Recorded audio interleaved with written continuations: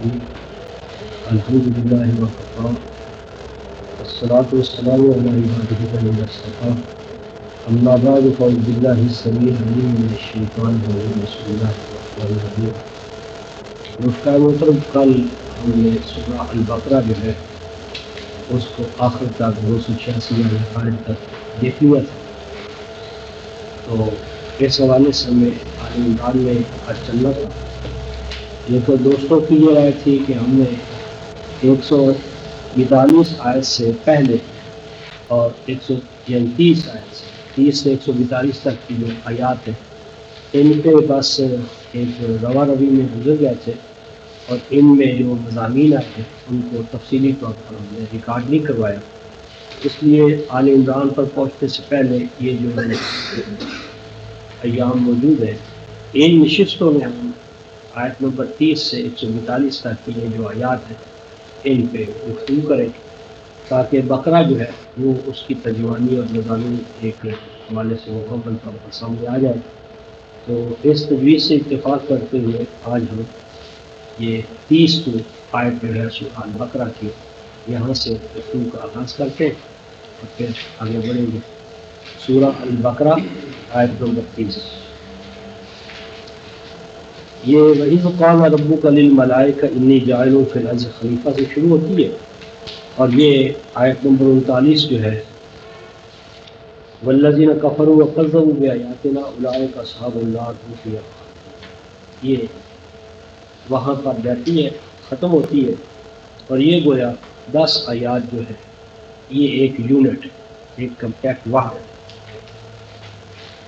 اس میں جو اس یونٹ یا وحدت کو پڑھنے کے دوران جو چیزیں ذہن میں پیدا ہوتی ہیں ان میں سے پہلی چیز یہ ہے کہ کیا اللہ تبارک و تعالیٰ نے عالم بالا میں ملائکہ کو آدم کے حوالے سے بلا کر ان سے کوئی مشورہ لیا تھا، ان سے پوچھا تھا کہ میں ایسا کرنے لگا ہوں، کروں یا نہ کروں؟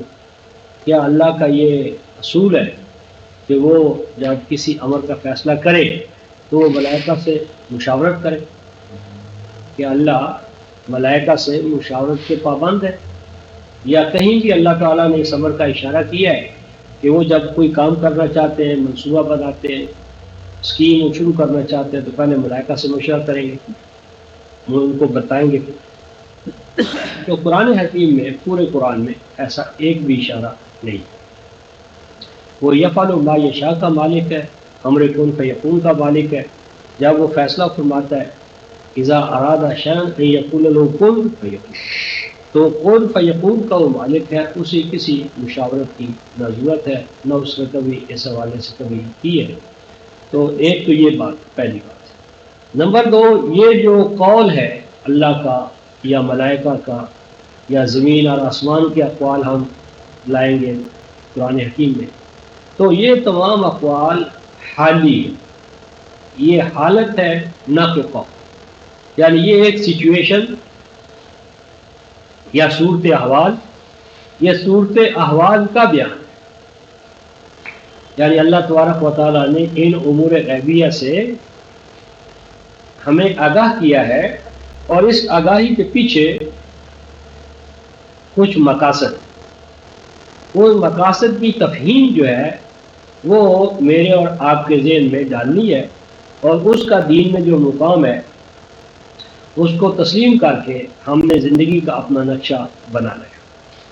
یعنی اللہ تبارک و تعالیٰ ارشاد فرماتے ہیں کہ انی جاعل فی الارض خلیفہ۔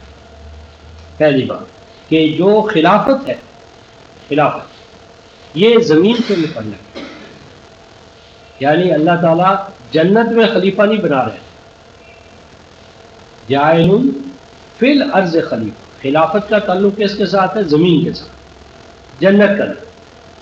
بس اگر آدم کو جنت میں ٹھہرایا گیا تو لازمی بات ہے کہ وہ جنت ارضی ہے نہ کہ جنت اخروی، کیونکہ آپ کی خلافت فی الارض ہے، فی السماء نہیں، فی الجنہ نہیں۔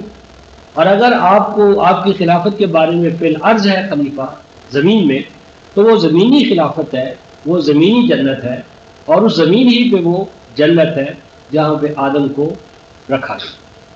دوسری بات یہ ہے کہ آدم جو ہے یہ کوئی ایک انڈیویجول فرد نہیں ہے، یعنی کسی ایک انڈیویجول فرد کو آدم قرآن نے نہیں کہا، بلکہ آدم سے مراد کیا ہے؟ نوع آدم، نوع انسانی، humanity on the whole, mankind, all mankind, یعنی کل نوع انسانی جسے ہم بشر کہتے ہیں، انسان کہتے ہیں، یہ ابنائے آدم، آدم سے مراد ابنائے آدم، نہ کہ کوئی ایک فرد۔ اس کے لیے ہم نے سورہ الاعراف 7ویں سورہ جو ہے اس کے آیت نمبر 9 اور 10 کا حوالہ دیا تھا، تو ایک نظر دوبارہ اس پہ ڈال لیں۔ سورہ الاعراف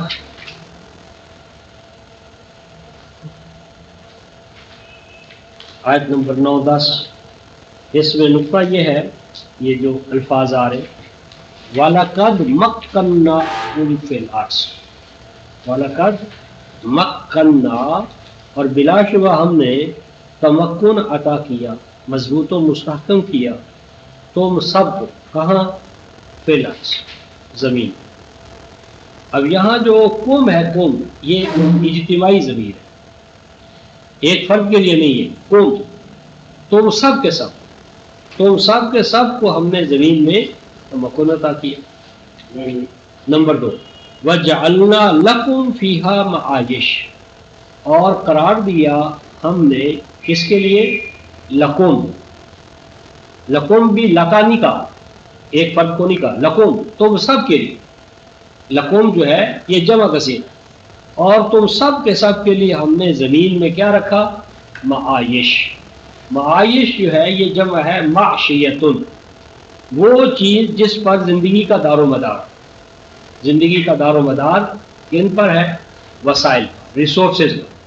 تو معائش کا معنی ہے زندگی گزارنے کے حوالے سے جو وسائل ہیں، آب، پانی اور معدنیات، کانے، جتنا کچھ ہے جس سے کہ انسانی وجود مستفید ہوتا ہے اور اس کے بغیر وہ آگے نہیں چل سکتا، تو ہم نے تم سب کے سب کے لیے زمین میں زندگی گزارنے کے اسباب اور وسائل رکھ دیے۔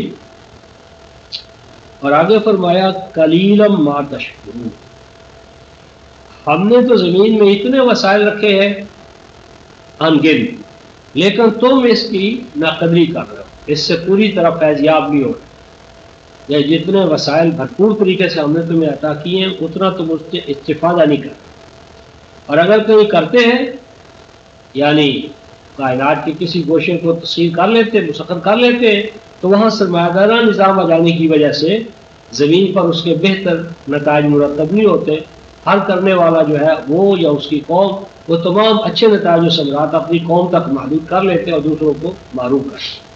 تو فرمایا قلیلا ما تشکرون، تم یا تو اس سے پوری طرح فیضیابی نہیں ہو رہا ہے، اور یا ہوتے ہو تو بہت کام، اور اس میں اللہ تبارک و تعالیٰ کے ساتھ شکر گزاری کا رویہ تو اختیار نہیں کرتے۔ یہاں بھی تشکرون کیا ہے؟ جمع کثیر، تم سب یہ کام نہیں کرتے۔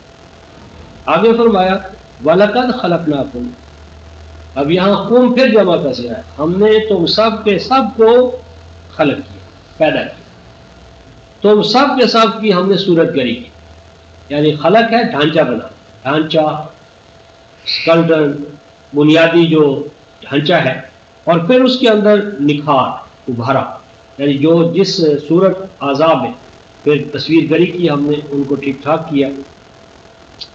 یہ بھی جمع کثیر ہے، خلقنا کم بھی جمع کثیرہ، صورنا کم بھی جمع کثیرہ، تشکرون بھی جمع کثیرہ، جعلنا لکم بھی جمع کثیرہ، مکننا کم بھی جمع کثیرہ۔ یہ تمام جمع کثیرے آنے کے بعد فرمایا جا رہا ہے ثم، جب یہ تمام مراحل طے ہو گئے، ثم قلنا للملائکہ، اس کے بعد ہم نے ملائکہ سے کہا اسجدوا لآدم، کہ آپ تم سجدہ ریز ہو جاؤ، سجدہ کرو۔ ایک تو مانا لآدم، یعنی سجدہ اللہ کو بوجہ آدم کے، یعنی آدم کے حوالے سے، کہ آدم کا اس زمین پر پیدا کیا جانا یہ مقام شکر تمہارے لیے، اور اس میں تم اللہ کے حضور میں سجدہ کرو۔ اور دوسرا معنی کہ آدم کی ماتحت بھی، آدم جیسے کہے ویسے کرو۔ تو یہ مراد ہے ملائکہ کا ملائکہ کا جو سجدہ ہے اس کے لیے کیا کہا گیا؟ پھر ہم نے جب یہ تمام مراحل طے ہو گئے تو ہم نے کہا ملائکہ سے کہ تم سجدہ کرو آدم۔ اب یہاں آدم جو ہے وہ کوئی ایک انڈیویجول فرد نہیں ہے، یعنی یہ سارے جو جمع کے سیغے آ رہے ہیں یہ ہم سب کے لیے آ رہے ہیں، تمام ابنائے آدم کے لیے آ رہے ہیں۔ بس آدم سے مراد نوع آدم، آدم سے مراد نوع آدم ہے، آدم سے مراد اس کی کل ذریت ہے، کل ذریت، کل ابنائے آدم، کل نوع آدم، یعنی آدم قائم مقام ہے کل نوع آدم کا۔ پہلی بات یہ کہ یہ جو اللہ تعالیٰ نے خلافت عطا کی وہ ایک آدم فرد کو نہیں تھی، بلکہ کل نوع آدم، کل بشر، کل نوع بشر جو ہے اس کو۔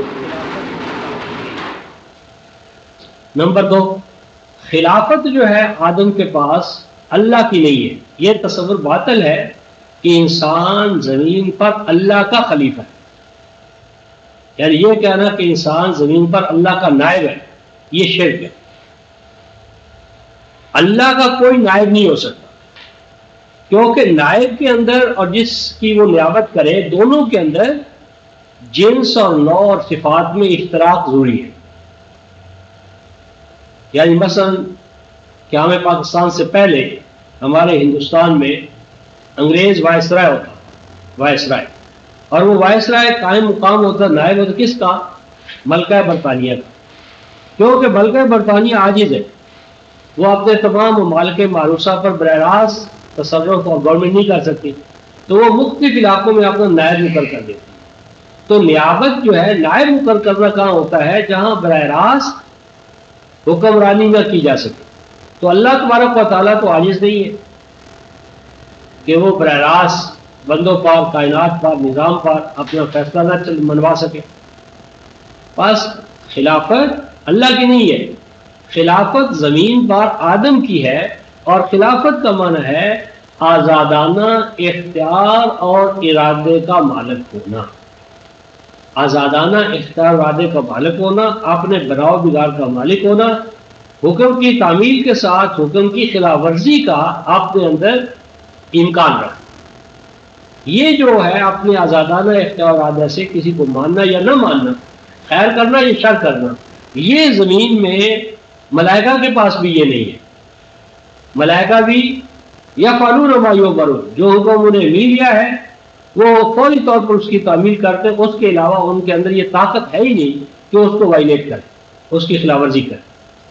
لہٰذا یہ جو ہمارے یہاں تصور دیا جاتا ہے کہ آدمی جب ترقی کرتا ہے تو وہ ملکوتی صفات بن جاتا ہے، وہ فرشتوں جیسا ہو جاتا ہے، یہ فرشتوں جیسا ہونا آدم کے لیے کمال نہیں ہے، یعنی فرشتے تو پہلے ہی آدم کے لیے ساجد ہیں، تو فرشتوں جیسا ہونا آدم کا کمال نہیں ہے۔ کمال اس کا ہے کہ اپنے اختیار و ارادہ کو جانتے بوجھتے اللہ تعالیٰ کے اختیار و ارادے، احکام، شریعت، ما انزل اللہ، اس کے سامنے جھکا دینا، یہ انسان کی فضیلت ہے۔ یعنی خلافت آدم اللہ کی نیابت نہیں ہے، بلکہ یہ اس کائنات میں انسانوں کا صاحب اختیار اور ارادہ ہو کر اپنے آزاد اختیار اور ارادے کو کام میں لا کر احکام کو ماننے یا نہ ماننے کا نام خلافت ہے۔ تیسری بات کہ یہ جو ملائکہ تھے ان کا کہتے ہیں امتحان لیا گیا کہ بتاؤ ان چیزوں کے نام، وہ نہ بتا سکے، اور جو آدم تھا اس نے بتا دیا ان سب کے نام، اور کیوں بتا دیے؟ اس لیے جی کہ اللہ نے ان کو، آدم کو اللہ نے بتا دیا، فرشتوں کو نہیں بتایا، تو چونکہ وہ نہیں بتایا تھا تو کہتے ہیں کہ یہاں تو جانبداری ہو گئی کہ آدم کو جو پرچہ تھا پہلے وہ آؤٹ کر دیا، آدم کو سکھا دیا سب کچھ، ملائکہ کو نہیں سکھایا، تو جب ان کو نہیں سکھایا تو وہ فیل ہو گئے، تو اس میں ان کا قصور کیا ہے؟ یا اگر پرچہ جو ہے وہ آؤٹ کر دیا آدم کے لیے اور آدم کے لیے اللہ نے، تو انہوں نے اس کو کر لیا، تو اس میں ان کا کلام کیا ہے؟ اور اگر یہی مفہوم ہے تو پھر تو اللہ تبارک و تعالیٰ جانبدار ہے، اور آج جو ہمارے ممکن حضرات کر رہے ہیں وہ کوئی غلط نہیں کر رہے، وہ اللہ کی سنت ہی پہ چل رہے کہ اللہ نے بھی اپنا پرچہ ان کو دکھا دیا اور ان کو نہیں دکھایا، تو جن کو نہیں دکھایا وہ فیل ہو گئے، جن کو دکھا دیا وہ پاس ہو گئے۔ تو نہ کوئی پاس ہونے والوں کا کمال ہے، نہ فیل ہونے والوں کے لیے کوئی دوسری بات ہے. تو یہ بات صحیح نہیں. اصل یہ ہے کہ مثلا ایک چوتھی جماعت کا بچہ ہے اور ایک ایم اے ریاضی کا طالب ہے. اب دونوں کے سامنے آپ دونوں کو سامنے بٹھا لیں، دونوں کو سامنے بٹھا لیں اور پورا پرچہ جو ہے وہ آپ بلیک بورڈ پر حل کر کے دکھا دیں. اب وہ بچہ جس کے اندر وہ اپنی کوالیفکیشن یا اپنی صلاحیتیں اتنی نہیں ہے کہ وہ ایم اے کے لیول کی ریاضی کو سمجھ سکے، تو اس کو اگر آپ سامنے بھی بٹھا دیں، یعنی ان کو سامنے بٹھا دیں، یعنی ایم اے کے لیول کے، ایم اے ریاضی کے لیول کے نوجوان لے لیں اور پہلی دوسری تیسری چوتھی پانچویں آٹھویں میٹرک تک کے بچوں کو لے لیں، اور ان دونوں کے سامنے اگر آپ ایم اے عربی ایم اے ریاضی کے پرچے حل کرا دیں تو وہ اپنی اس استعداد کی کمی کی وجہ سے وہ کر ہی نہیں سکتے، ان میں وہ استعداد ہی نہیں ہے. یعنی پرچہ اگر ایم اے کے لیول کا ہے تو جو چھوٹے لیول کے جو بچے اس میں شریک بھی ہو جائے بڑی کلاسوں کے دوران، تو وہ گراس بھی نہیں کر سکیں گے، سمجھ ہی نہیں سکیں گے. تو اصل بات یہ ہے کہ اللہ تعالیٰ نے آدم کو کوئی پرچہ آؤٹ نہیں کیا تھا. اصل یہ ہے کہ نوع آدم کے اندر اللہ تعالیٰ نے یہ امکان رکھا ہے، امکان کہ وہ جس چیز کو دیکھے اس کو جانچ پرکھ کر اس کا نام معلوم کر لے، اس کا کام معلوم کر لے، اس کے کریکٹرسٹک معلوم کر لے، اور اس طرح نام اور کام کو معلوم کر کے وہ اس کے اوپر مسلط ہو جائے. جبکہ ملائکہ کے اندر یہ بات نہیں ہے. یعنی ملائکہ کے اندر کسی چیز کو جان کر اس کے اوپر مسخر ہونا یہ ان کے بس کا روگ نہیں ہے. ان کو جتنا کچھ علم ہوتا ہے جس کے شعبے کا یا جس فیکلٹی کا، بس اسی تک محدود ہے، اس سے آگے جانے کی اس میں استعداد ہی نہیں ہے. تو آدم کو جو علم دیا ہے وہ بالاستعداد ہے، بالقوہ ہے، یعنی اس کی جبلت یا انٹرنسک جو ویلیوز ہے اس کے حوالے سے وہ علم آیا ہے، نہ کہ اس معنی میں علم دینا جس طرح کہ ہم استاد شاگرد جو ہے وہ اس کو علم دیتا ہے. مثلا قرآن حکیم میں سورہ المائدہ جو ہے، سورہ المائدہ اس کی آیت نمبر 3 میں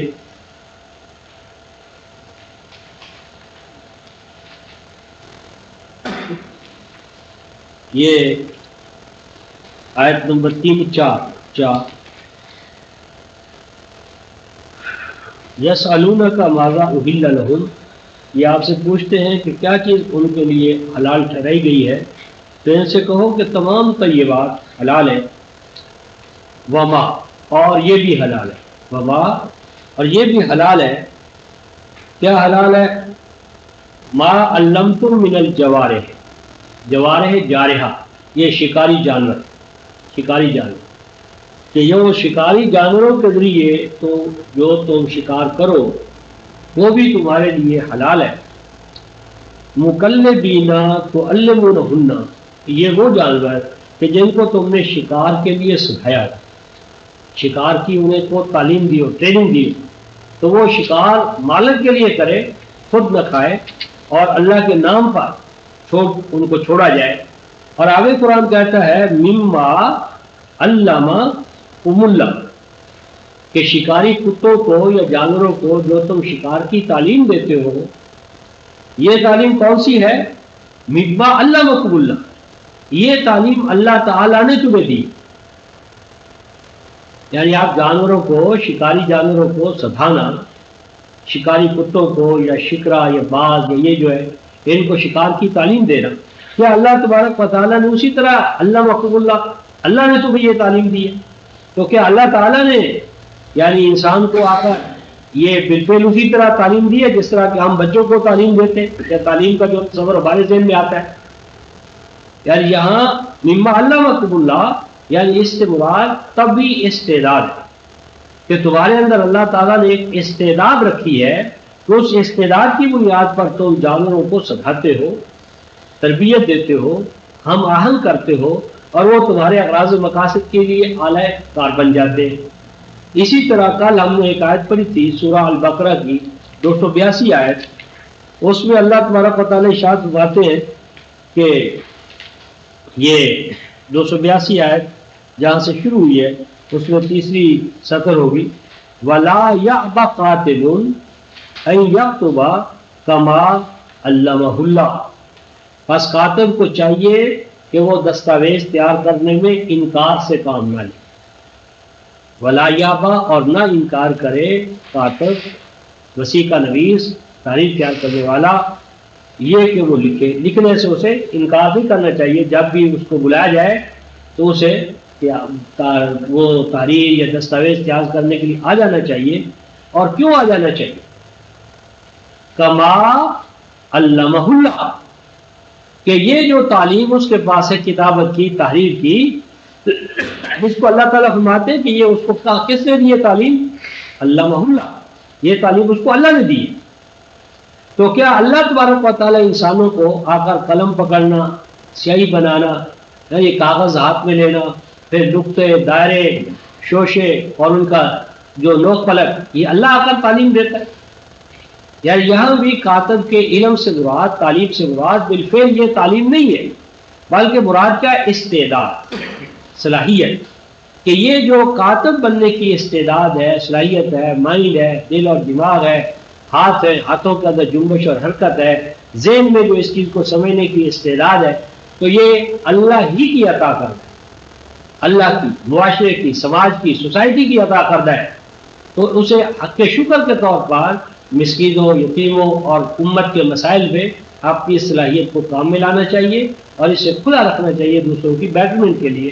تو میری بات ہے کہ یہاں پر بھی کما علمہ اللہ، جیسا کہ اللہ نے اسے تعلیم دی، یعنی اس تعلیم سے مراد یہ نہیں ہے کہ کسی کمرے میں بیٹھ جائے اور اس کمرے میں بٹھا کر آگے پیچھے اللہ آ کر وہ معلم کے فرائض انجام دیتا ہے، یہ نہیں مراد، بلکہ طبیعت میں استعدادی طور پر، جبلتوں کے طور پر استعداد کا کسی چیز میں رکھ دینا، یہ اللہ تعالیٰ کی تعلیم ہے۔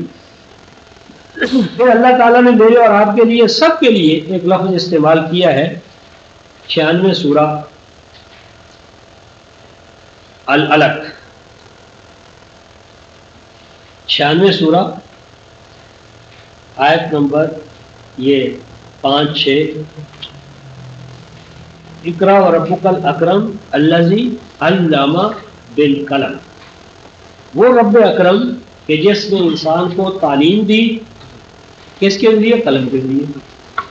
تو اب قلم کے ذریعے انسان کی تعلیم یہ اللہ کہتا ہے میں نے دی ہے، اور آگے فرمایا یہ علم الانسان ما لم یعلم، اور اللہ تعالیٰ نے قلم کے ذریعے انسان کو وہ تعلیم دی جو وہ جان نہیں سکتا، یعنی قلم کی تعلیم اللہ نے اپنی ذمہ، اور قلم کے ذریعے جو حقائق و معارف آگے انسانیت تک منتقل ہوتے ہیں اس کو بھی اللہ نے اپنی طرف منسوخ کیا۔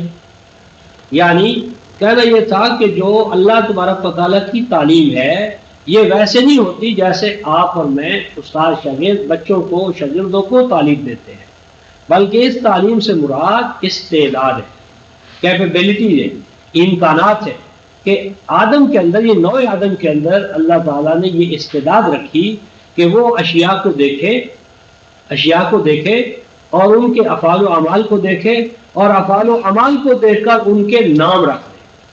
جلاتی ہے تو یہ آگ ہے، چل رہی ہے تو یہ ہوا ہے، پھیلا ہوا ہے تو یہ درخت ہے، جامد ہے تو یہ پتھر ہے، نشو و نما کے امکانات ہیں تو یہ الارض ہے، روشنی، یعنی جس طرح کا کسی مظہر کائنات سے فعل یا صفات کا صدور پائے اس کا وہ نام رکھ دے اور نام رکھ کر اس کو مسخر کر لے۔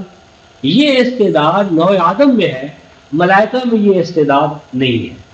پس یہ تعلیم جو ہے، اس تعلیم سے پرچہ آؤٹ کرنا مراد نہیں، بلکہ طبیعت میں، نیچر میں استعداد اور صلاحیت کا رکھا جانا۔ باقی اس نے یہ کیوں کیا کہ ملائکہ کے اندر یہ چیز نہیں، آدم کے اندر ہے، تو یہ لا یسأل عما یفعل وهم یسألون، یہ اس کا اپنا ثوابدیدی عمل ہے اللہ کا، وہ خالق و مالک ہے، وہ جس حوالے سے چاہے وہ کر سکتا ہے، عالم امر میں جو وہ فیصلے کرے اس کے بارے میں ہم نہیں پوچھ سکتے، لہذا اس نے ایسا کیوں کیا، اس کی آزاد مرضی، ہم پوچھنے والے نہیں ہیں۔ تو میری بات یہ تھی کہ تعلیم آدم سے مراد وہ تعلیم نہیں ہے جو ہم اپنے ذہنوں میں آج کے حوالے سے پاتے ہیں، بلکہ اس علم سے مراد، تعلیم سے مراد استعداد اور صلاحیت کا آدم میں رکھا جانا مراد ہے۔ اگلی بات کہ اللہ تبارک و تعالیٰ نے نو آدم کو جنت میں قیام کرنے کے لیے کہا، اس کو انت وزوجک الجنہ۔ تو یہ جنت کیا ہے اور یہ جنت کہاں ہے؟ کیا یہ کوئی آخرت کی اخروی آسمانی جنت ہے یا زمینی جنت ہے؟ ایک بات تو یہ ہے کہ جو حیات بعد الموت کے، یعنی جو مرنے کے بعد کی جو زندگی میں جو جنت ہے اس میں سے اخراج نہیں ہے، وَمَا هُمْ مِنْهَا بِمُخْرَجِينَ، یعنی اخروی جنت یا جہنم جو ہے اس سے اخراج نہیں ہے۔ اور اس جنت سے آدم نکالا گیا، آدم نو آدم، یعنی اس جنت سے نو آدم نکالی گئی۔ پس جب اس جنت سے نو آدم کو نکلنا پڑا تو لازمی بات ہے یہ اخروی جنت نہیں ہے، کیونکہ اخروی جنت کے بارے میں اللہ کا ضابطہ یہ ہے وما ہو، اور نہیں ہوں گے وہ جنت میں ایک دفعہ داخل ہو جانے والے بمخرجین، نکال دیے جانے والے، یعنی اخروی جنت جو ہے اس میں دخول کے بعد، داخل ہو جانے کے بعد اخراج نہیں ہوگا، خروج نہیں ہوگا۔ اور یہاں تو آدم کو اس جنت سے عبور اختیار کرنا پڑا ہے۔ بس یہ دلیل ہے کہ اس جنت سے مراد وہ جنت نہیں ہے جسے ہم اخروی جنت کہتے ہیں۔ اور دوسری ایک بات یہ کہ وہ جو جنت ہے آدم کے حوالے سے، آدم کا مقام اللہ نے کیا فرمایا تھا؟ جاعل فی الارض خلیفہ، تو خلافت زمین پر ہے، تو وہ جنت بھی زمینی پہ ہے، آسمان پہ نہیں ہے۔ اور اس ضمن میں ہم جنت کیا تھی آدم کی جو اس سے چھن گئی، تو اس میں دو بنیادی حوالے ہم دیکھتے ہیں۔ ایک تو 7ویں سورہ الاعراف،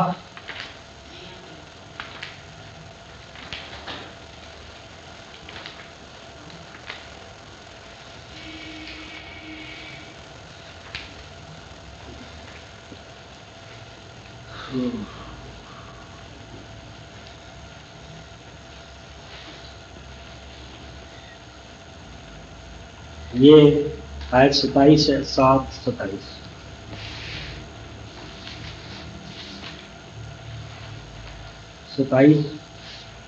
یا بنی آدم، اے ابنائے آدم، یا اے ابنائے آدم، لا یفتننکم الشیطان، نہ فتنے میں مبتلا کرے تمہیں شیطان، جیسا کہ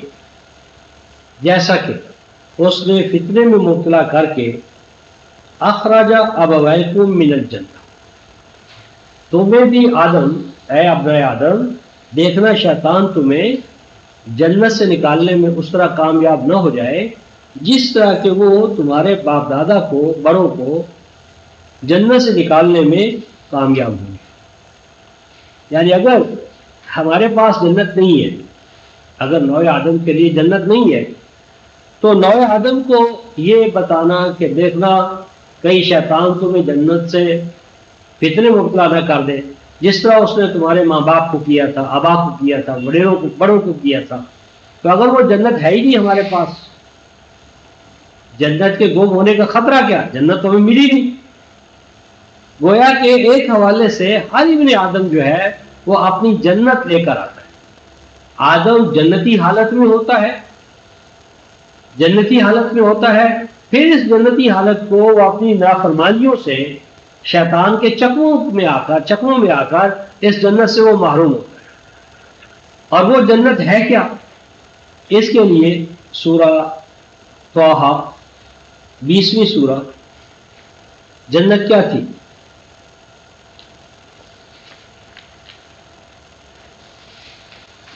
یہ آیت 117-18،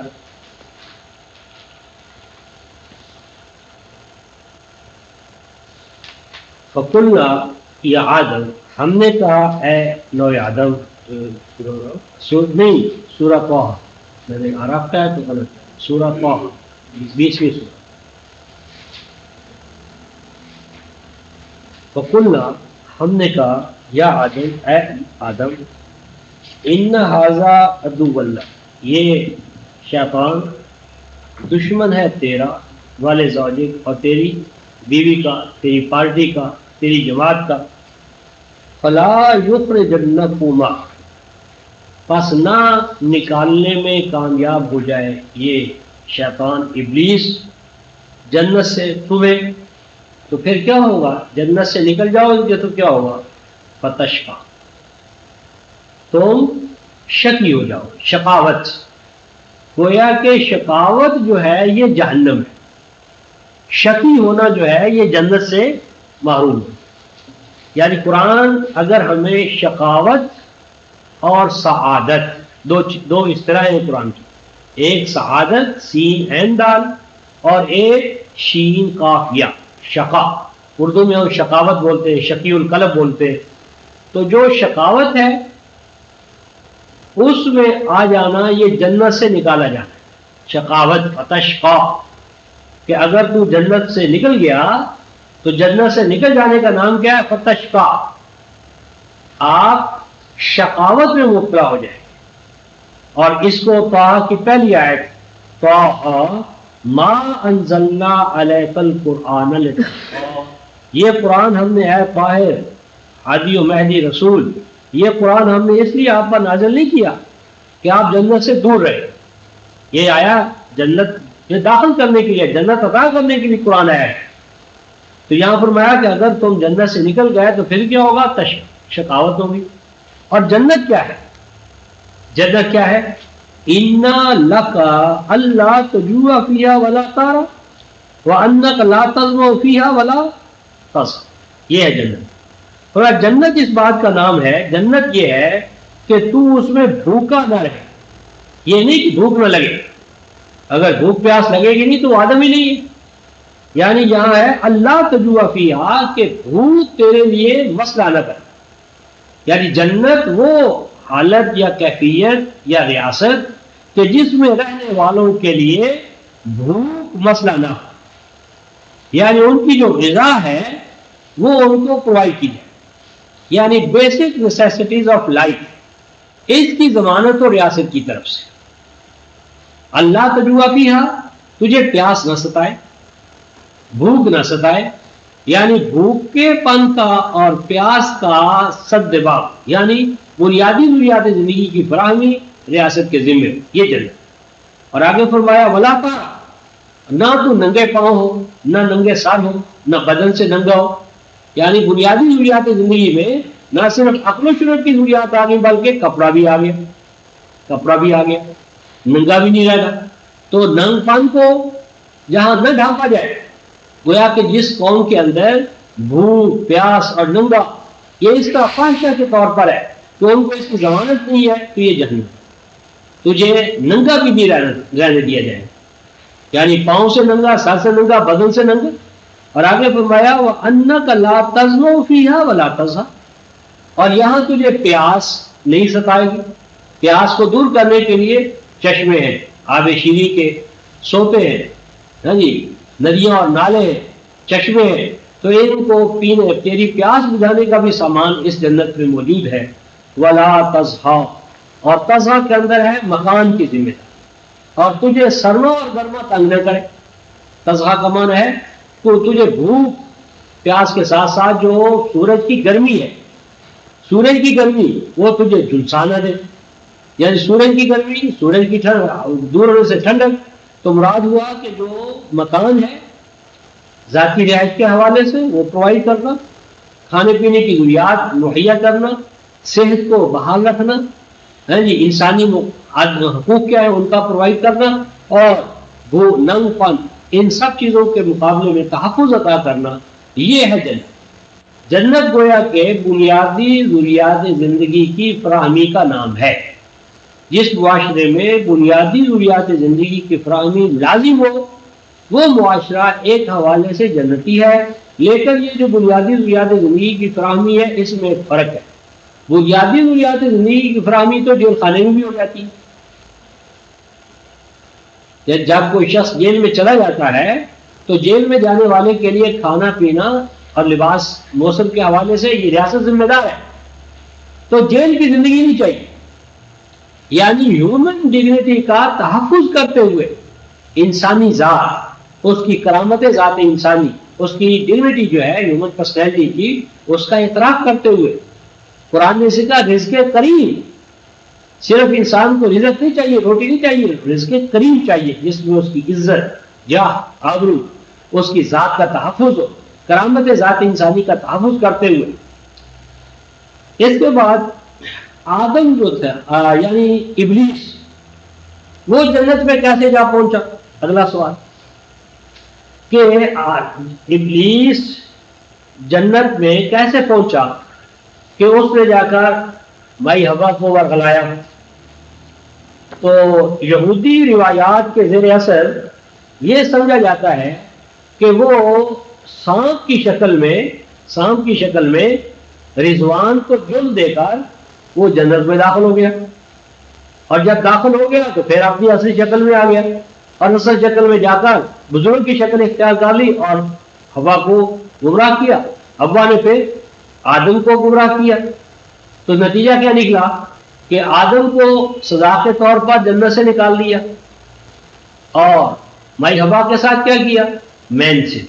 مینسز یہ مینسز جو ہیں یہ عذاب ہے بائبل کے نقطۂ نظر سے، یہ سزا ہے جو اس کو ملی، اور اس کو شیطان کو کیا سزا ملی؟ تو اس کو جنت سے نکال دیا۔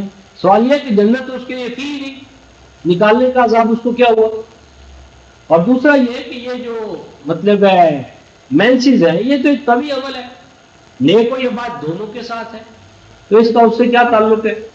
تو اس کے لیے یہ بات ہے کہ آدم یعنی ابلیس جنت میں نہیں گیا، اس نے اسی طرح آدم اور اس کی ذریت، آدم اور اس کی جماعت، آدم اور اس کی بیوی، آدم اور اس کی پارٹی، اس پر اسی طرح اس نے اثر انداز ہوا وہ جس طرح آپ پر اور میرے اوپر ہوتا ہے۔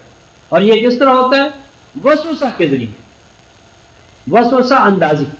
اور وسوسہ اندازی جو ہے وہ کہاں اس سے ہوتی ہے؟ وہ انسان کا اپنا نفس ہوتا ہے۔ قرآن میں سورہ طٰہٰ میں یہ آیت جو اس وقت ہمارے سامنے ہے، اس کی آیت 120 میں یہ ہے فَوَسْوَسَ إِلَيْهِ الشَّيْطَانُ، کہ شیطان یا ابلیس 120 سورہ طٰہٰ آیت نمبر 120 کہ یعنی وہ جنت میں نہیں گیا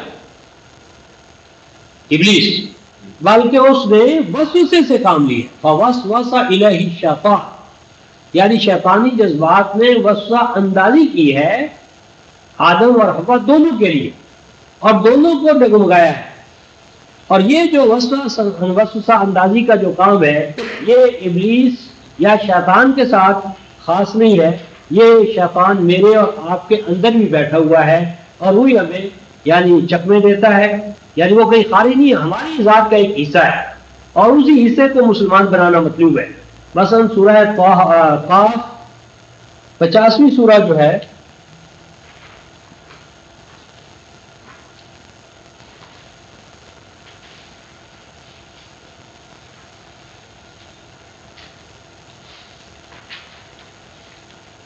یہ 50ویں سورہ قاف اور آیت نمبر 16، وَلَقَدْ خَلَقْنَا الْإِنسَانَ، بلا شبہ ہم نے انسان کو پیدا کیا، وَنَعْلَمُ، اور ہم خوب جانتے ہیں، ہمیں اچھی طرح معلوم ہے۔ کیا معلوم ہے؟ مَا تُوَسْوِسُ بِهِ نَفْسُهُ، ما توسوس بہ نفسہ، یعنی جو وسوسہ ہے جسے ابلیس اور شیطان کا کام کہا جاتا ہے، یہ شیطان باہر نہیں ہے، یہ شیطان خود انسان کا اپنا نفس ہے، اور وہ نفس انسان، اور انسان کا نفس کیا کرتا ہے؟ وسوسہ کرتا ہے، یعنی وسوسہ جو ہے یہ انسان کے اندر ہے۔ تو انسان کے اندر جو قائم محترم نفس ہے، اس کی 3 سٹیجز ہیں۔ یہ نفس امارہ ہوتا ہے، نفس لوامہ ہوتا ہے، اور نفس مطمئنہ ہوتا ہے، یعنی یہ ایک ہی چیز ہے نفس۔ اس نفس کو اگر آپ تربیت نہ کریں، کنٹرول نہ کریں، تو یہ امارہ ہوتا ہے۔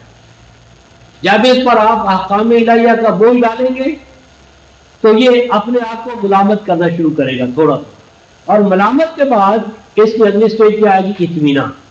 تو یہ نفس کی 3 سٹیجز ہیں، نفس امارہ، نفس لبامہ اور نفس مطمئنہ.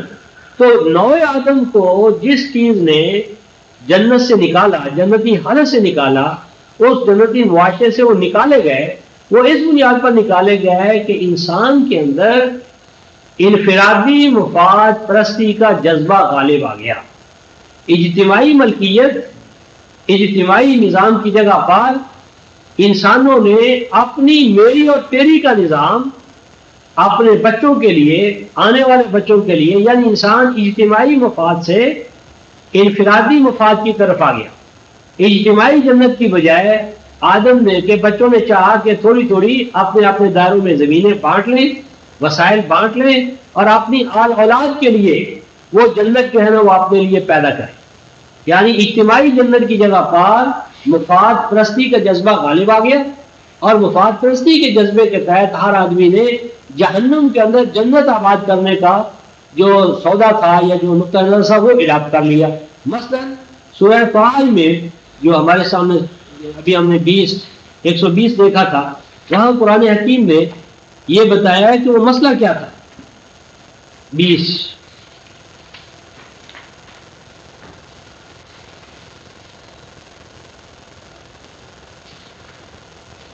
یہ آیت ہے 121.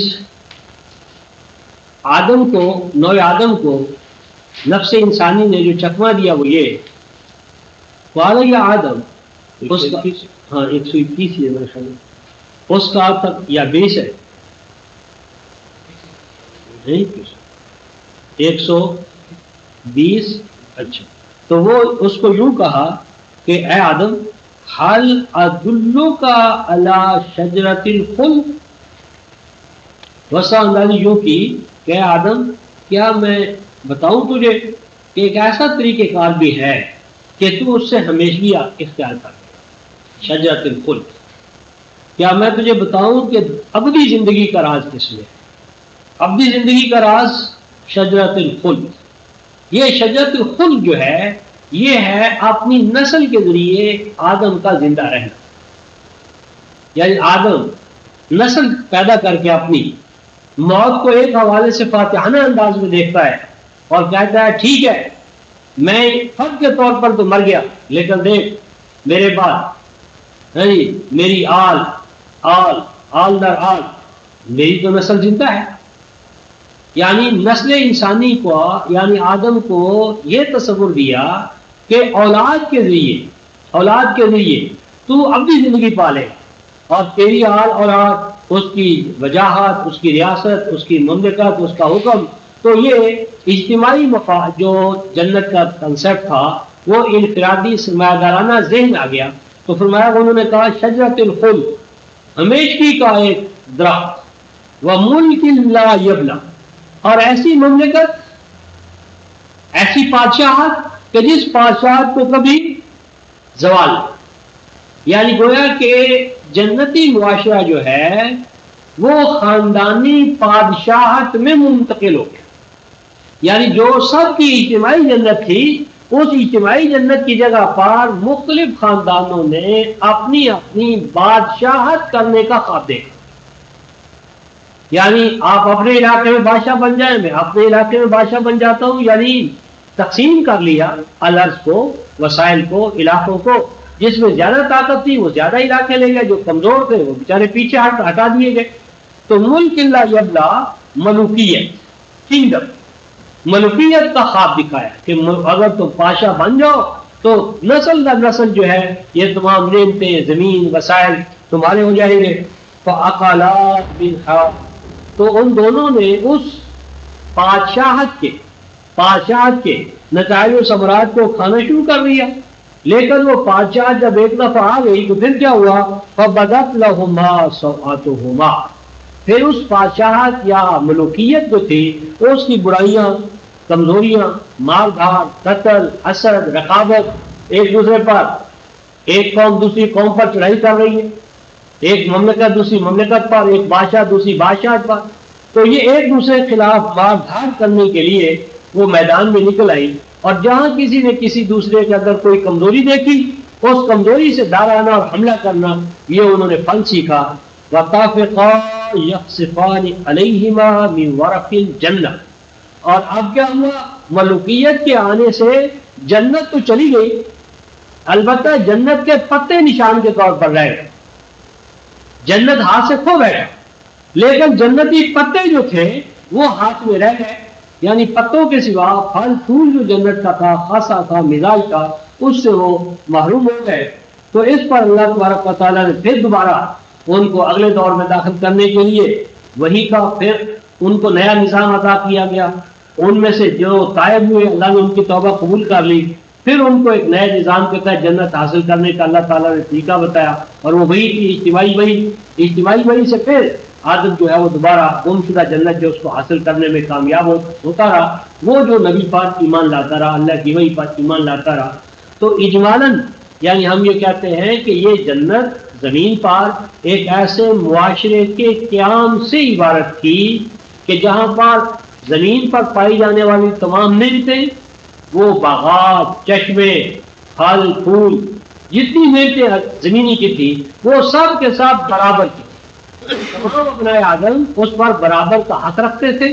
اجتماعی کھانا، اجتماعی پہناوا، اجتماعی زندگی، اور ہر شخص سے چھن گیا جب انسان نے انفرادی مفاد پرستی کے تحت زمینوں کو بانٹ لیا، دریاؤں کو بانٹ لیا، پہاڑوں کو بانٹ لیا، معادن کو بانٹ لیا، اور میری تیری کا نظام جو ہے انفرادی مفاد پرستی کا نظام، سرمایہ دارانہ نظام، جاگیردارانہ نظام، وہ انسان نے اپنے عقل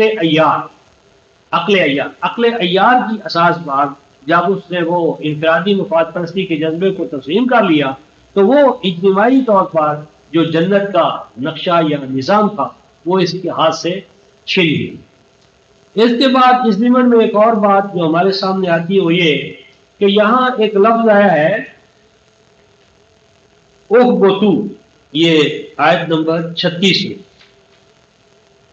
قُلْ نَحْبِطُوا بَعْضُكُمْ لِبَعْضٍ عُدُوٌّ، اس میں آیا حبوط کا لفظ، حبوط۔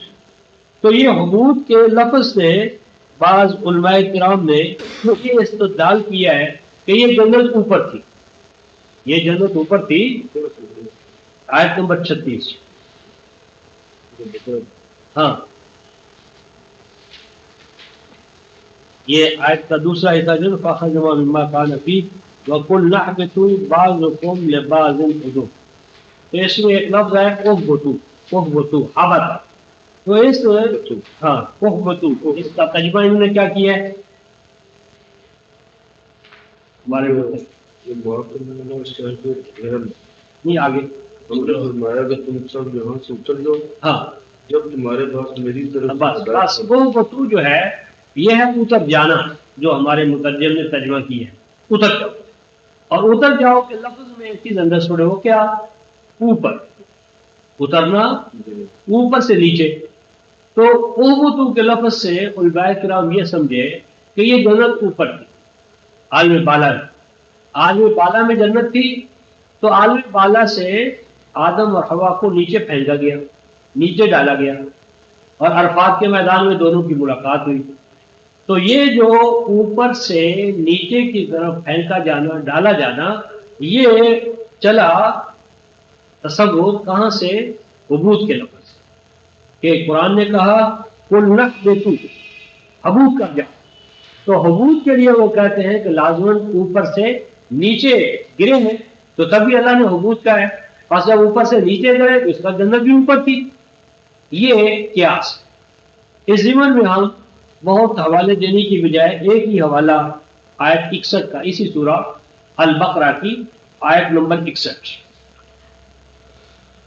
آیت نمبر 61، یہاں اللہ تعالیٰ نے سیدنا موسیٰ علیہ السلام کے توسط سے بنی اسرائیل کو جب مصر کے فرعونوں، حمانوں اور قارونوں سے نجات دلائی اور وہ ارض فلسطین پہ آ گئے، اور سیدنا موسیٰ علیہ السلام نے ان کی عسکری تربیت، یکساں لباس، یکساں ماحول اور یکساں کھانا، یہی جنت ہے، یعنی کھانا پینا، یکسانیت، عسکری زندگی، یکسانیت، ایک امام، ایک سی زندگی اور عسکری زندگی. یہ جو جنتی زندگی ان کو ملی تو کچھ عرصے کے بعد وہ چیخ اٹھے کہ یہ یکسانیت والا نظام ہمیں نہیں چاہیے.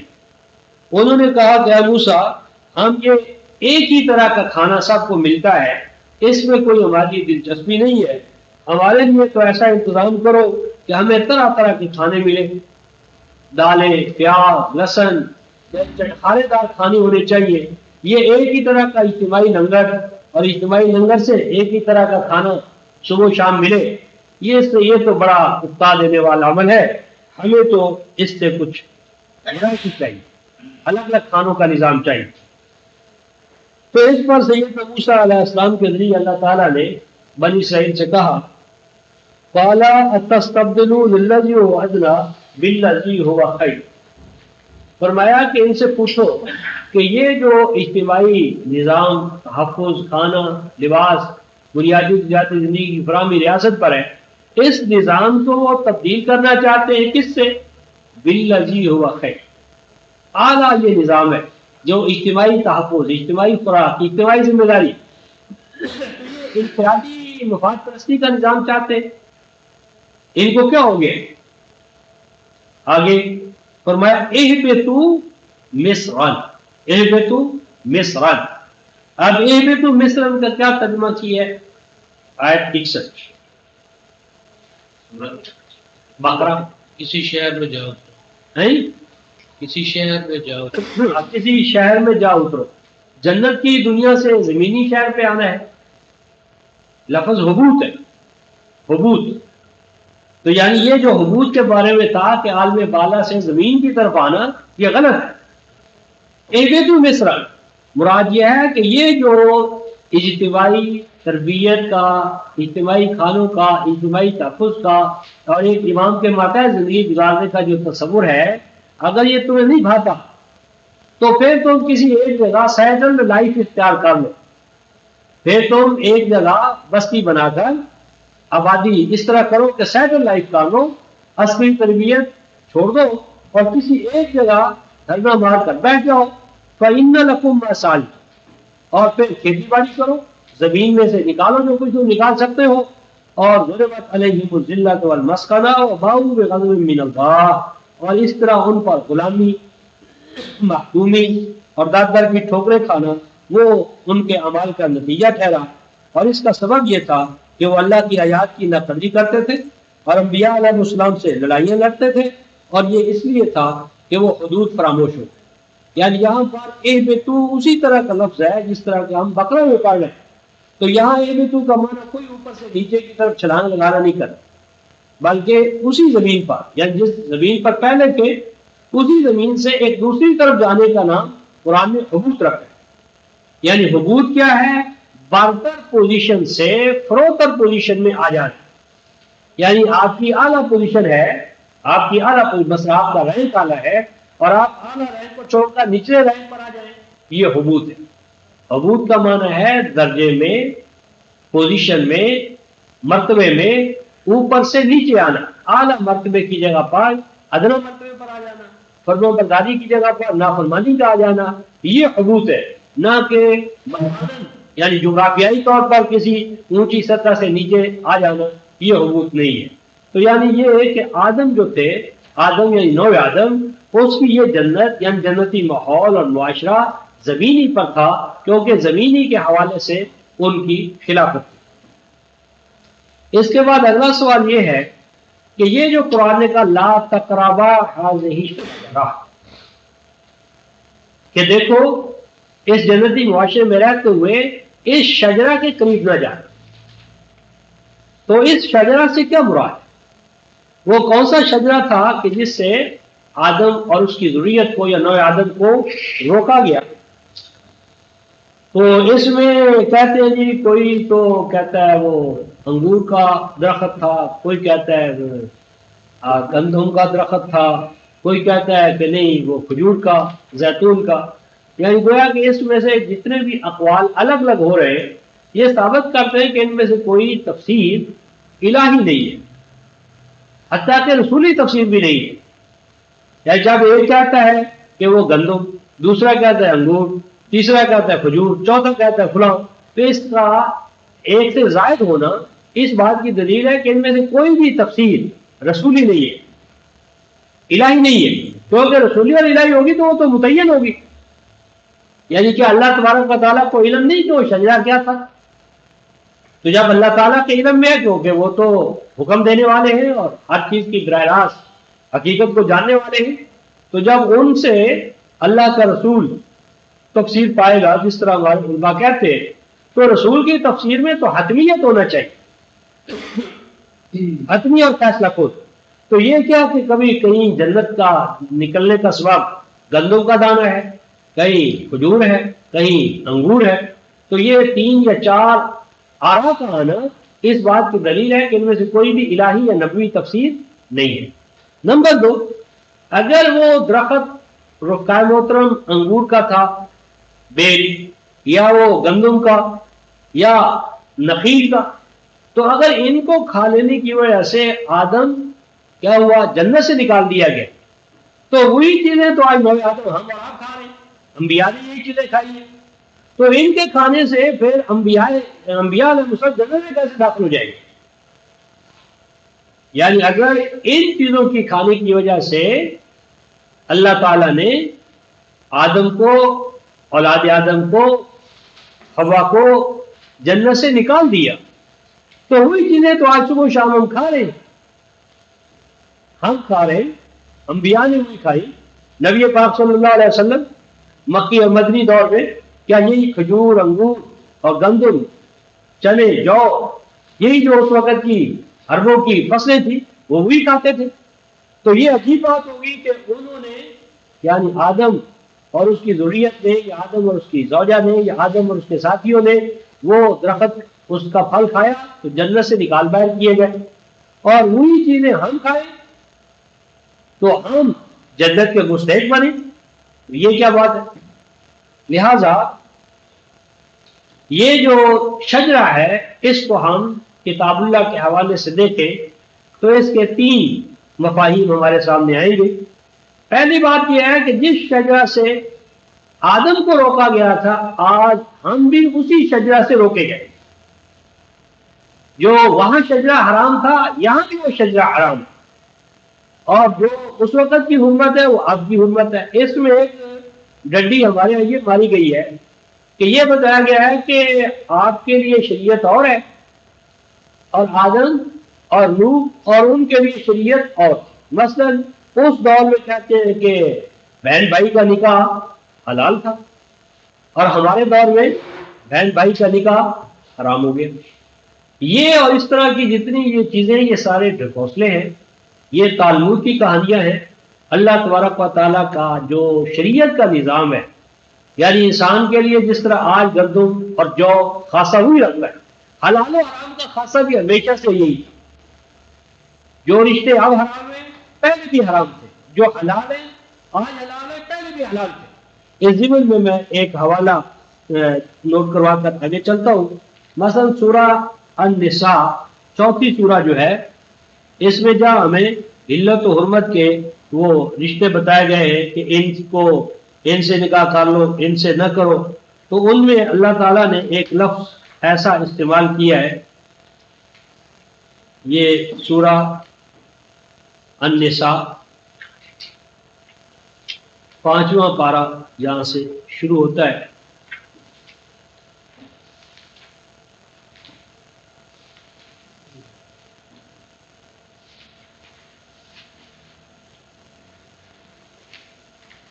یہ آیت 24 ہے، 26 ہے.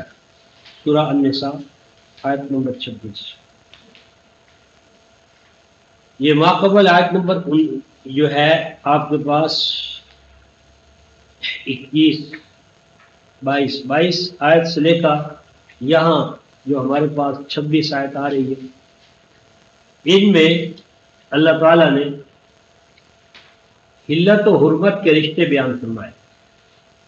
نو آدم میں حلت و حرمت رشتوں کے حوالے سے کیا ہے، تو اس کا خاتمہ آیت نمبر 26 پر کیا. اوپر دیکھے سارے، ان سے نکاح کرو، ان سے نکاح نہ کرو، یہ جائز ہے، یہ ناجائز ہے. ان سے کرو ان سے نہ کرو. اور یہ بیان کرنے کے بعد آیت نمبر 26 میں فرمایا یرید اللہ، یہ جو آپ کو حرام اور حلال رشتے بتائے گئے ہیں یہ کیا ہے؟ یرید اللہ، اللہ کا ارادہ اس زمن میں یہ تھا اور ہے، لے یبین لکم، کہ حلت و حرمت کے یہ احکام خوب واضح کر کے تمہیں بتا دیے جائیں، یبین لکم، واضح طور پر تمہیں بتا دیے جائیں. اور آگے ہے وَيَهْدِيَكُمْ، وَيَهْدِيَكُمْ، اور تمہاری رہنمائی کرے اللہ. یہ حلال و حرام کے جو رشتے ہیں ان کو اللہ کیوں بیان کر رہا ہے تفصیل کے ساتھ؟ کیوں؟ یہدیکم سنن الذین من قبل، تم سے پہلے جو نوع آدم، ابناء آدم، اقوام آدم پہلے گزر چکی ہیں، ان کو بھی اللہ تعالیٰ نے انہی سنتوں سے آگاہ کیا تھا. وہی سنتیں آج اللہ تمہیں بتا. وَيَهْدِيَكُمْ سُنَنَ الَّذِينَ مِن قَبْلِكُمْ، اب من قبلکم میں کوئی قید نہیں لگائی، تم سے پہلے، یعنی ہم سے پہلے حضرت عیسیٰ علیہ السلام، موسیٰ علیہ السلام، یوسف، یعقوب، ابراہیم، نوح اور آدم. تو قرآن کہتا ہے یَهْدِيَكُمْ سُنَنَ الَّذِينَ مِن قَبْلِكُمْ، تم سے پہلوں پر اللہ تعالیٰ نے حلت و حرمت کے حوالے سے جو اپنی سنتیں ان کو بیان کی تھی، ان کو عطا فرمائی تھی، وہی سنتیں اللہ تبارک و تعالیٰ تمہیں علم کے حوالے سے عطا کر رہا ہے. اور مقصود کیا ہے؟ وَيَتُوبَ عَلَيْكُمْ، کہ اگر تم ان رشتوں پر حلت و حرمت کے حوالے سے قائم ہو جاؤ گے تو اللہ تمہیں اپنی رحمت سے نوازتا رہے گا. وَاللَّهُ عَلِيمٌ حَكِيمٌ، اور اللہ ہے علم والے، حکمت. یعنی میری مراد ہے کہ یہ کسی دور میں ایسا نہیں ہوا کہ یہ رشتہ حلال تھا اور یہ حرام ہے، اور دو یعنی بھائی صبح پیدا ہو رہے ہیں، دو شام کو پیدا ہو رہے ہیں، اور اتنا نہیں سوچتے کہ یہ مطلب ہے کہ دو صبح دو شام. تو لیل و نہار کا نظام یہی تھا یا کوئی اور نظام تھا؟ یا یہ جنت کا ماحول تھا؟ تو جنت کے ماحول کے اندر حضرت آدم کا کیا کام تھا؟ اور یہ دو صبح دو شام، اور صبح کا لڑکا شام کی لڑکی، یہ ساری جو ہے یہ خرافات ہے. یہ اللہ تبارک و تعالیٰ نے یہدیکم سنن الذین من قبلکم ویتوب علیکم واللہ علیم حکیم، یہ احکام ہمیشہ سے ہیں اور ہمیشہ چلے آتے ہیں، چلے آ رہے ہیں. اس میں حلت و حرمت کے حوالے سے کوئی، جس طرح انسان کے لیے گندم کا خاصہ، جو کا خاصہ، جوار اور باجرے کا خاصہ، چنے کا خاصہ ایک ہے، اسی طرح یہ حلت و حرمت کے احکام بھی ایک ایٹرنل کریکٹرسٹکس رکھتے ہیں، پراپرٹیز رکھتے ہیں، اور وہ بھی انچینجیبل. اب یہ مسئلہ ہے ہمارا کہ وہ شجرہ کیا ہے کہ جس سے ہمیں روکا گیا. اس میں اگر جس شجرہ سے ہمیں روکا گیا رفتہ محترم، اسی شجرہ سے اولاد آدم کو اس وقت روکا گیا تھا، اور اس میں کوئی دوسرا امکان نہیں ہے. پہلے آئیں شجرہ کس کو کہتے ہیں؟ شجرہ کا اصل جو بنیادی معنی ہے رفتہ محترم وہ ہے کسی چیز کا اپنی جڑ، یعنی کسی چیز کا اپنی جڑ اور بنیاد سے اٹھنا. ایک اس کی جڑ یا بنیاد ہو، اس سے وہ اٹھے تنے کی طرح، ڈینڈر، وہ اوپر آئے اور پھر وہ پھیل جائے اور چھائے. یہ جسے ہم کہتے ہیں bone of contention, bone of contention, وہ جھگڑا. یہی جو جھگڑا ہے اسی کو قرآن حکیم نے شجرہ کہا. سورہ النساء چوتھی سورہ جو ہے اس کی آیت نمبر 65 میں اللہ تبارک و تعالیٰ میرے اور آپ کے حوالے سے ارشاد فرماتے ہیں فلا وربک لا یؤمنون، فلا وربک لا یؤمنون. اے رسول، سورہ النساء آیت نمبر 65، فلا وربک لا یؤمنون، اے رسول تیرا رب اس بات پر گواہ ہے، تیرا رب شہادت دیتا ہے، گواہی دیتا ہے، لا یؤمنون، کہ یہ جو آپ کے دائیں بائیں لوگ ہیں یہ مومن نہیں ہے. لا یؤمنون، یہ مومن نہیں ہے، یہ مومن ہو نہیں سکتے. حتی یحکموک فیما شجر بینہم، تاکہ یہ آپ کو حکم نہ بنا لیں، اتھارٹی نہ مان لیں، ثالث بالخیر نہ مان لیں. کس چیز میں؟ فیما شجر بینہم، ان تمام مسائل و معاملات میں جو ان کے اندر کیا ہو جائیں؟ شجر. تو شجرا یسجرو شجرن و شجرتان، یہ ہے امام سے ہٹ کر، امام سے مرکز سے ہٹ کر اپنی انٹیٹی اسٹیبلش کرنا، پھر اس کو منوانا، اور منوانے کے لیے جتنی بھی طاقت اور قوت ہے اسے استعمال کرنا. یعنی کوئی نزاع، جھگڑا، بون آف کنٹینشن، اور اس کو پھر ریکنسائل نہ کرنا، ریکنسائل نہ کرنا، بلکہ کیا کرنا، اسے اور زیادہ پھیلنے کا موقع دو. خوب پھیلاؤ، خوب اس کی جڑوں کو مضبوط کرو، تاکہ وہ تناور درخت ہو کر دائیں بائیں پھیلے اور پارٹی والی کے عذاب میں پورا معاشرہ مبتلا ہو جائے. تو شجر کا ایک معنی جھگڑا، تنازع، مرکز سے علیحدہ ہو کر کسی بھی ایشو کو بنیاد بنا کر پارٹی بازی شروع کر دینا، جماعت کو، مرکزیت کو پارا پارا کرنا، توڑنا، اور اتحاد کو، وحدت کو، مرکزیت کو توڑ کر اپنی اپنی مفاد پرستی کے تحت پارٹی بازی میں مبتلا ہو جانا، یہ عزو کتاب اللہ شجرہ ہے.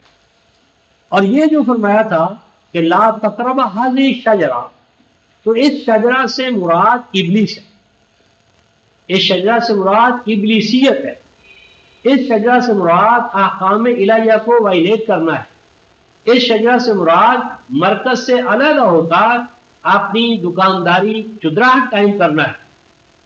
یعنی اس شجرہ سے مراد استکبار ہے، اس شجرہ سے مراد بغاوت ہے، اس شجرہ سے مراد احکام الہیہ کے اندر منمانی کرنا ہے. یعنی دوسرے لفظوں میں قرآن نے خود ہی اس کو بیان فرمایا کہ وہ کیا تھا، لا تقرب هذه الشجرہ، نتیجہ کیا ہے، فتکون من الظالمین. یعنی یہ شجرہ اخلاقی شجرہ ہے، نفسیاتی ہے، امر و نہی کے حوالے سے ہے کہ اس کو کھا لینے سے انسان ظالم ہو جاتا. یعنی یہ ظلم کا، ابا اور استکبار کا شجرہ تھا. یعنی یہ کیا تھا، ابا واستکبر وکان من الکافرین.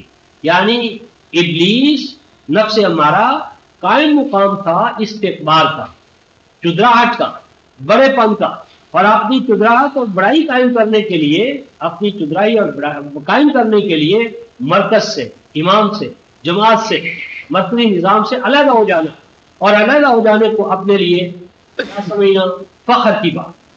اب یہ یعنی الشجرہ شجرۃ الاستکبار والاباء، یعنی شجرہ ہے تکبر کا، اپنے آپ کو بڑا سمجھنا اور نظام کے مقابلے میں کھڑا ہو جانا، اور جماعت کے مقابلے میں انفرادی مفاد پرستی جو ہے اس کو اپنے لیے اہمیت کی چیز سمجھنا.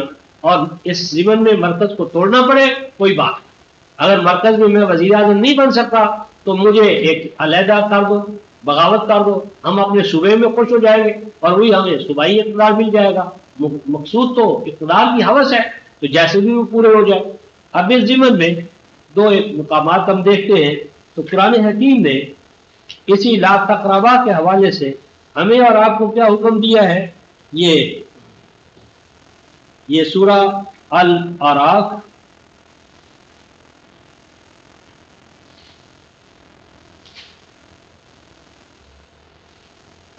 پہلے تو قل انما، یہ جو ہے نا آیت نمبر 33،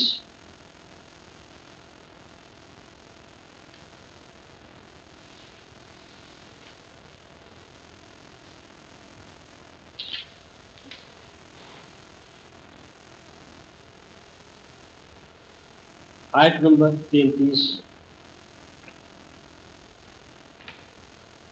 یہ ایک احکام کا ایک سلسلہ آ رہا ہے کہ یہ چیزیں ہیں کہ جن کے تم نے قریب نہیں جانا، ان کو کام میں نہیں لانا.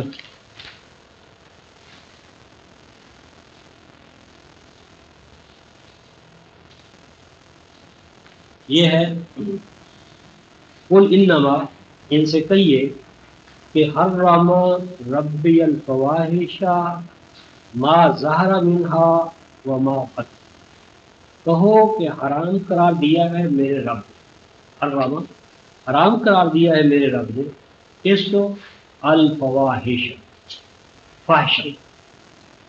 ابھی ہم فاحشہ کو دیکھتے ہیں.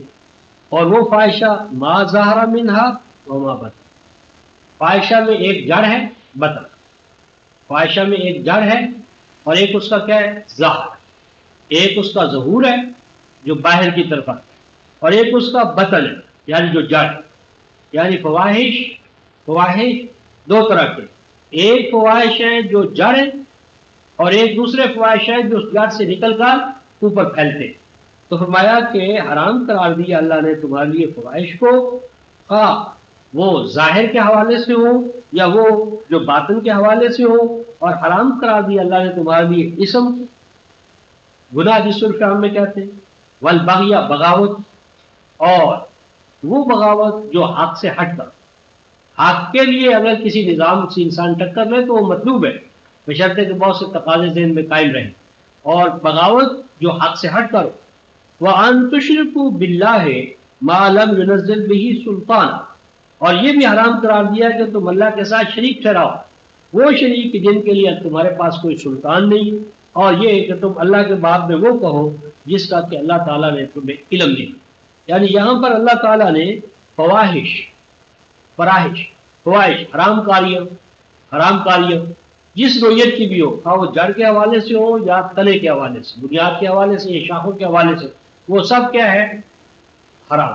اب جن کو یہاں پر حرم کہا ہے، حرم، اب ہم قرآن میں دیکھیں گے کہ اس کو قرآن نے لا تقربوا کہا کہ ان کے قریب نہیں جانا، وہاں کیا خبر لا تقرب هذه الشجرہ، کہ یہ شجرہ کیا یہ ابا اور استکبار، نافرمانی کا، بغاوت کا، حکم الہی کے حوالے سے اپنے آپ کو بڑا بنانے کا، یہ جو شجرہ ہے، تو اس شجرہ کی تفصیلات 7:33 میں اور سورہ الانعام میں اللہ تبارک و تعالیٰ نے اس کے حوالے سے آیت 151 ہے، 6:151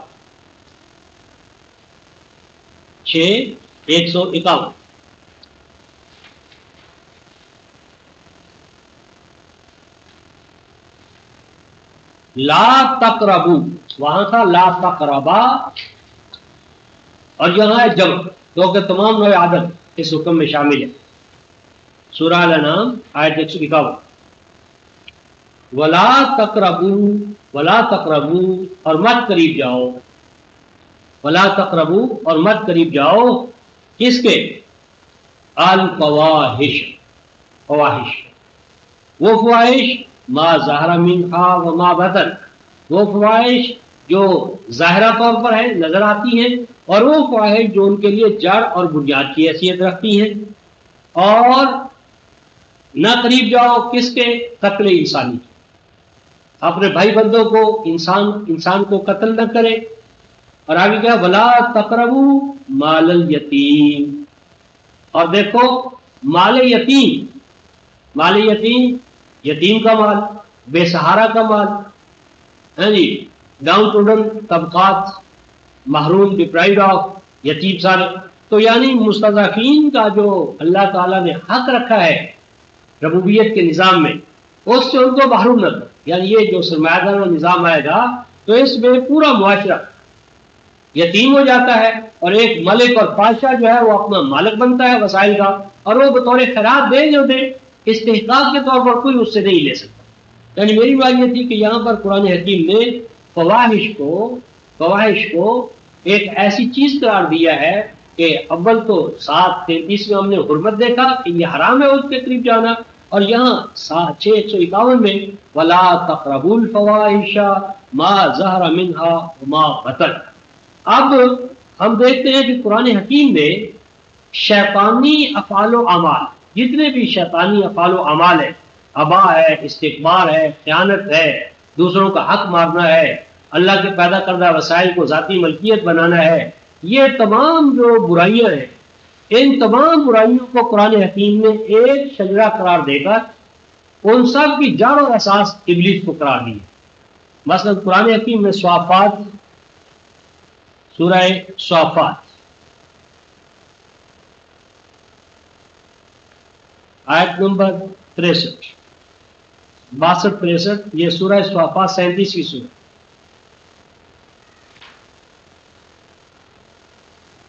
باسٹھ 63 صافات۔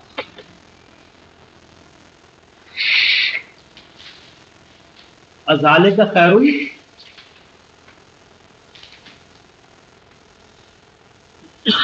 37 62 63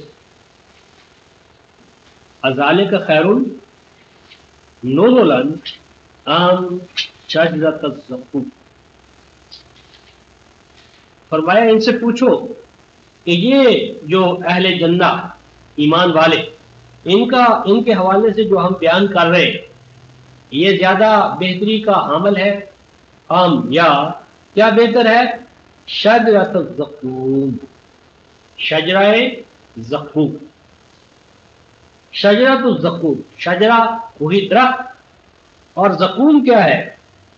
اس کو یہ کہتے ہیں کہ یہ ایک کھانا تھا جو اہل عرب بڑے پیار اور پریم سے پکاتے اور کھاتے تھے، تو اللہ تعالیٰ نے اس کو زقوم کہا. تو یہ غلط ہے. ذاقامہ، ذاقامہ، زے قاف پی اور زے کا واو، ذاقامہ اور ذاقامہ ایسے کھانے کو کہتے ہیں رفقائے محترم جو گلے میں انسان ڈال تو لے لیکن وہ نیچے نہ اتر سکے، یعنی گلے کو پکڑ لینے والا، اور اگر وہ نیچے اتر جائے تو جو انتڑیاں ہیں ان کو ختم کر، اندر کے نظام کو تباہ کر. تو شجرۃ الزقوم کیا ہے؟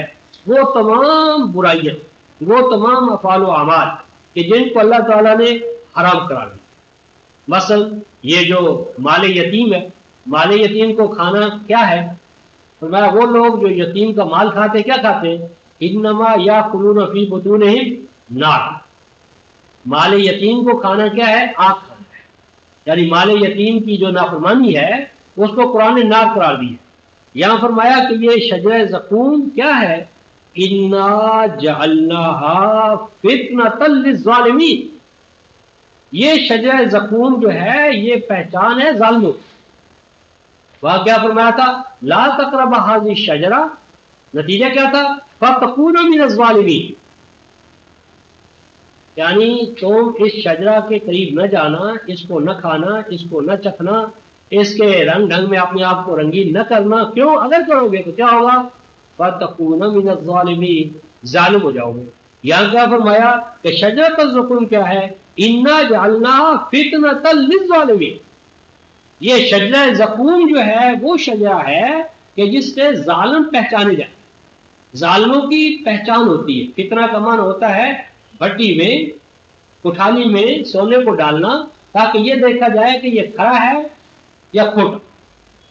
فقان یعنی صراف، جو سونے کو پرکھتا ہے، کسوٹی پر رکھ.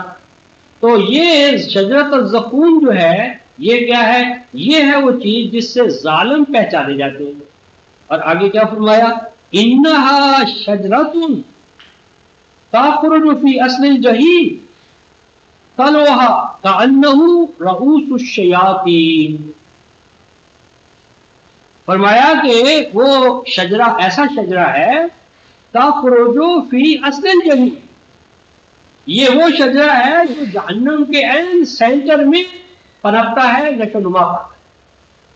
یعنی یہ شجرہ آگ سے، یہ جہنم کی آگ ہے اس کے عین سینٹر میں یہ شجرہ پایا جاتا ہے. اب یہ بیالوجیکل شجرہ نہیں ہے بلکہ یہ کیا ہے؟ یہ نفسیاتی، ذہنی، ایمانی اور اخلاقی حوالے سے شجرہ ہے. یعنی یہ وہ شجرہ ہے جس سے اصل جہنم پھوٹتی ہے. اور جہنم کی اصل کیا ہے؟ ابا واستکبر، احکام الہیہ کے سامنے اپنے آپ کو بڑا سمجھنا، آیات الہی کے مقابلے میں اپنے آپ کو بڑا سمجھنا، باپ دادا کی روایات کو لے کر کھڑا ہو جانا. فرمایا کہ یہ شجرہ کیا ہے؟ تخرجو، یہ نکلتا ہے، پنپتا ہے، ظہور پذیر ہوتا ہے، فی اصل الجحیم، این جہنم کی جڑ، یعنی جہنم یہاں سے پیدا ہوتی ہے. اور آگے فرمایا طلعها کأنہ رؤوس الشیاطین، اور طلعها اس کے اندر سے جو شاخیں نکلتی، اس شجرہ استکبار اور ابا سے جو شاخیں نکلتی ہیں، طلوع طلع، جو شاخیں دائیں بائیں پھیلتی چلی جاتی ہیں، وہ کیا ہے؟ آگے تو کأنہ رؤوس الشیاطین، یہ گویا کہ شیطانوں کے سر، یعنی شیطنت جو ہے، شیطنت ابا اور استکبار یہ اصل شجرہ ہے. یعنی جس بات سے روکا گیا وہ یہ روکا گیا کہ تم نے ابا اور استکبار کے قریب بھی جانا, جھگڑے کے قریب بھی جانا, امام وقت سے اختلاف بھی کرنا, احکام الہیہ کے سامنے سرنڈر کرنا ہے اور احکام الہیہ کو وائلیٹ نہیں کرنا, تعریف اور تعویل کا باب نہیں کھولنا. احکام الہیہ جب مل جائیں جس شکل میں ان کو obey کرنا ہے, ان کے مقابلے میں کھڑا نہیں ہونا. تو یہ شجرہ جو ہے رفقائے محترم اس وقت بھی حرام تھا اور آج بھی حرام ہے اور قیامت تک یہ حرام رہے گا. بس اسی شجرہ ابا اور استکبار کو کھا کر چاہ کر اس کے چنگل میں پھنس کر انسان احکام الہیہ کی بغاوت کر کے اس جنت سے محروم ہوتا ہے کہ جس جنت میں اللہ تعالیٰ نے اس دنیا میں باافراد نعمتیں پیدا کر کے ہر ایک کو حق ربوبیت سے نوازا ہے. تو یہاں اس کو رکتے ہیں, کل آگے چلیں گے. آخر دعوانا ان الحمد للہ. پہلی چیز یہ ہے کہ آدم علیہ السلام کے ساتھ نہیں ہوا, یہ ابنائے آدم کے ساتھ, یعنی آدم ایز اے انڈیویجول نہیں, یعنی اولاد آدم, ابنائے آدم, نوع آدم, کل نوع آدم کے ساتھ یہ ماجرا جو ہے ہوا ہے, ہوتا ہے, ہو رہا ہے, آج بھی ہو رہا ہے. یہ کوئی ایسا نہیں ہے کہ تاریخ کے کسی خاص دور میں ہوا تھا. آج اگر ہم احکام الہیہ کے مقابلے میں اپنی انا کو, اپنی ذات کو مقدم کریں تو وہی درخت ہے جس کا پھل ہم نے کھایا. باقی رہا یہ مسئلہ کہ اللہ تعالیٰ کو علم تھا, یعنی اللہ کو علم تھا, اللہ کو اس وقت علم تھا جب ہم پیدا ہی نہیں ہوئے تھے, ہمارے افعال و اعمال کا علم تھا. لیکن اللہ تبارک و تعالیٰ اپنے علم کی بنیاد پر آپ کو اور مجھے مجرم نہیں گردانتا. ہم مجرم ہوتے ہیں اپنے اعمال کے ذریعے.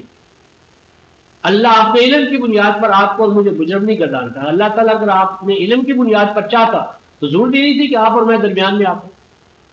اللہ کو تو پہلے علم تھا کہ اس نے کیا گل کھلانا ہے.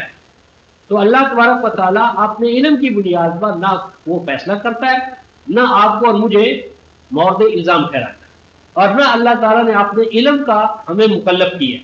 اس ضمن میں ایک حوالہ ہے قرآن حکیم میں, سورہ ممتحنہ. سورہ ممتحنہ 60 سورت ہے, 60, اور اس 60 سورت میں 10ویں آیت ہے. 10ویں آیت, یا ایھا الذین آمنوا, اے ایمان والو, اذا جاءکم المؤمنات, اے ایمان والو جب تمہارے پاس مومن عورتیں آئیں, مومن عورتیں آئیں ہجرت کرتے ہوئے, تو کیا کہا, فامتحنوہن, تو ان کا کیا لیا کرو, ٹیسٹ, امتحان, جانچ پڑتال. یعنی دیکھنا ہے کہ جاسوسہ ہے یا مومن مہاجر ہے.